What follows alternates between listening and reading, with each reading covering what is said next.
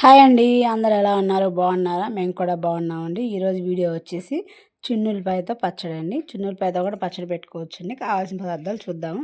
చిన్నులపాయలు, ఉప్పు, కారం, మెంతులు, ఆవాలు అండ్ నిమ్మరసం అండి. చిన్నులపాయలు అయితే ఇప్పుడు ఒక హాఫ్ కేజీ తీసుకున్నానండి నేను. హాఫ్ కేజీ చిన్నులపాయలు అవి కొంచెం పెద్ద సైజులో తీసుకోవాలండి. అంటే పచ్చడికి కాబట్టి పెద్దవైతే కొంచెం బాగుంటాయి కదా, అందుకే పెద్ద సైజులో తీసుకోవాలి. అవి శుభ్రంగా నీట్గా పొట్టంతా ఒలిచి క్లీన్ చేసి పక్కన పెట్టుకోవాలండి. అర కేజీ చిన్నులపాయలు కదా, దాంట్లోకి సరిపడా కారం 200 గ్రాముల కారం అండి. అంటే మా కారం కొంచెం ఘాటు తక్కువగా ఉంటుందండి, అందుకని చెప్పేసి ఇంకొంచెం యాడ్ చేసుకుంటున్నాను. ఘాటు గల్ల కారం అయితే 200 గ్రాములు సరిపోద్దండి, మాది మంట తక్కువ ఉంటుంది, అందుకే కొంచెం యాడ్ చేసుకున్నానండి. దాంట్లోకి వచ్చేసి ఉప్పు 100 గ్రాములు ఉప్పు అండి. హాఫ్ కేజీ చిన్నులపాయలకి 200 గ్రాముల కారం, 100 గ్రాములు ఉప్పు, అలాగే మెంతులు అండ్ ఆవాలండి. రెండు కలిపి 100 గ్రాములు ఉండేలా చూసుకోవాలి. అంటే కొంచెం ఆవాలు ఎక్కువ క్వాంటిటీలో చూసుకోవాలి. మెంతులు వచ్చేసి ఒక గుప్పెడైనా సరిపోతాయి అన్నమాట. అది వీడియోలో చూస్తున్నట్టు. ఆవాలు అయితే ఎక్కువ క్వాంటిటీలో తీసుకోవాలండి.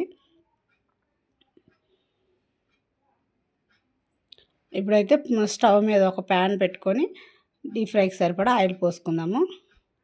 ఆయిల్ వీటెక్కాక చిన్నులపాయలు కూడా వేసుకుందామండి. అవి కొంచెం లైట్గా వేయించుదామండి, పచ్చివాసన పోయేంత వరకు. ఎక్కువ వేయించాల్సిన అవసరం లేదండి, ఒక 2 నిమిషాలు వేయిస్తే సరిపోతాయి అన్నమాట.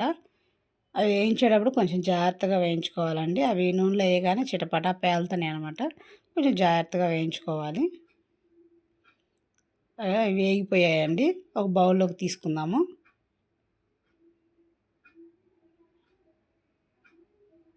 అలా వేయించుకుంటే సరిపోద్దండి, బ్రౌన్ కలర్ రావాల్సిన అవసరం లేదండి.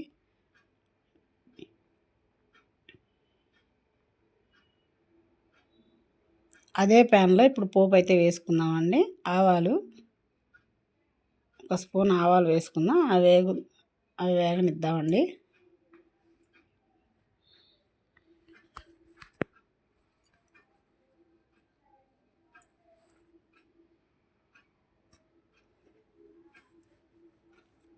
అవి వేగాక 4-5 ఎండుమిరపకాయలు, ఒక స్పూన్ జీలకర్ర,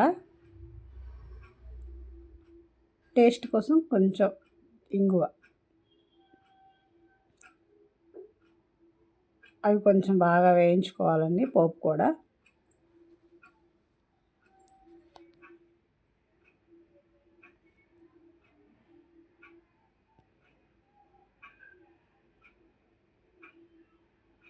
ఇదైతే వేగిందండి. చల్లార్చుకుందామని పక్కన పెట్టుకుని చల్లారుతుంది. అంతలోకి వేరే ప్రాసెస్ చూద్దాం. అది నిమ్మకాయలు అయితే 5 కాయలు 6 కాయలు పిండుతుందండి. ఒక బౌల్లోకి మెంతులు, ఆవాల పౌడరు ప్లస్ కారం అండ్ ఉప్పు అండి. రాళ్ళు ఉప్పుని మిక్సీ పట్టిందనమాట.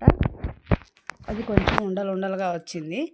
దాన్ని బాగా నలిపేసేయాలండి, లేకపోతే ఉండలు అంతే ఉంటుంది, అది కరగదనమాట. నూనె పోసిన తర్వాత మనకు తినేటప్పుడు కూడా తగులుతుంటుంది, అందుకని బాగా కలుపుతుంది అనమాట పౌడర్ అయ్యేలాగా.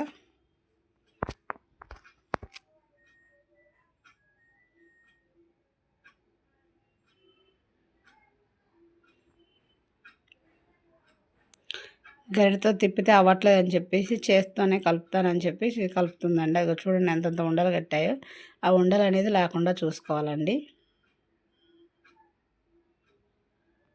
ఈ పచ్చడి మీలో ఎంతమందికి తెలుసండి? తెలుసుంటే కామెంట్ చేయండి. తెలియకుండా ఉంటే ట్రై చేయండి, చాలా బాగుంటుందండి ఈ పచ్చడి అయితే. టేస్ట్ సూపర్ ఉంటుంది. ఒకసారి ట్రై చేయండి, ఎలా వచ్చిందో కామెంట్ చేయండి. మన ఛానల్ ఎవరైనా కొత్త వారిని చూస్తుంటే, ఫస్ట్ టైం చూస్తుంటే సబ్స్క్రైబ్ చేసుకోండి.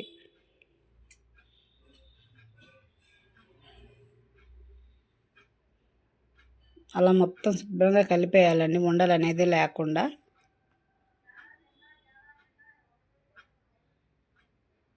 అలా కలుపుకున్న తర్వాత ఇందాక తీసుకున్నాం కదా నిమ్మరసం, అది కూడా పోసేసుకోవాలి. ఆ పోపు కూడా వేయాలని, నూనె అయితే చల్లారింది, ఆ పోపు కూడా అందులో వేసి కలుపుకోవాలి.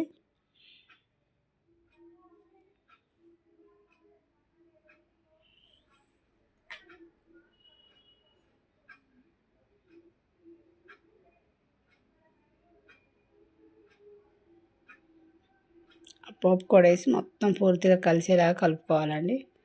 చూడండి ఎంత బాగుందో కలర్ కానివ్వండి, ఆ గుజ్జు గుజ్జుగా ఎంత బాగుందో కదండి. ఇప్పుడైతే చున్నులపాయలు కూడా వేసుకుందాము.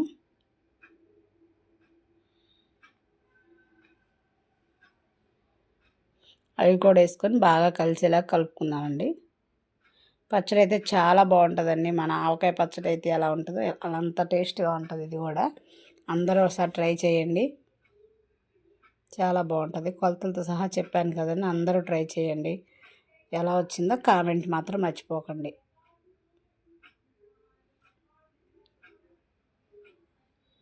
ఎవరికైనా ఈ పికిల్ తెలిసింటే తెలుసని కూడా కామెంట్ చేయండి. మనం మొత్తం కలిపేసింది. చూడండి ఎంత బాగుందో, చూడడానికి కూడా కలర్ఫుల్గా.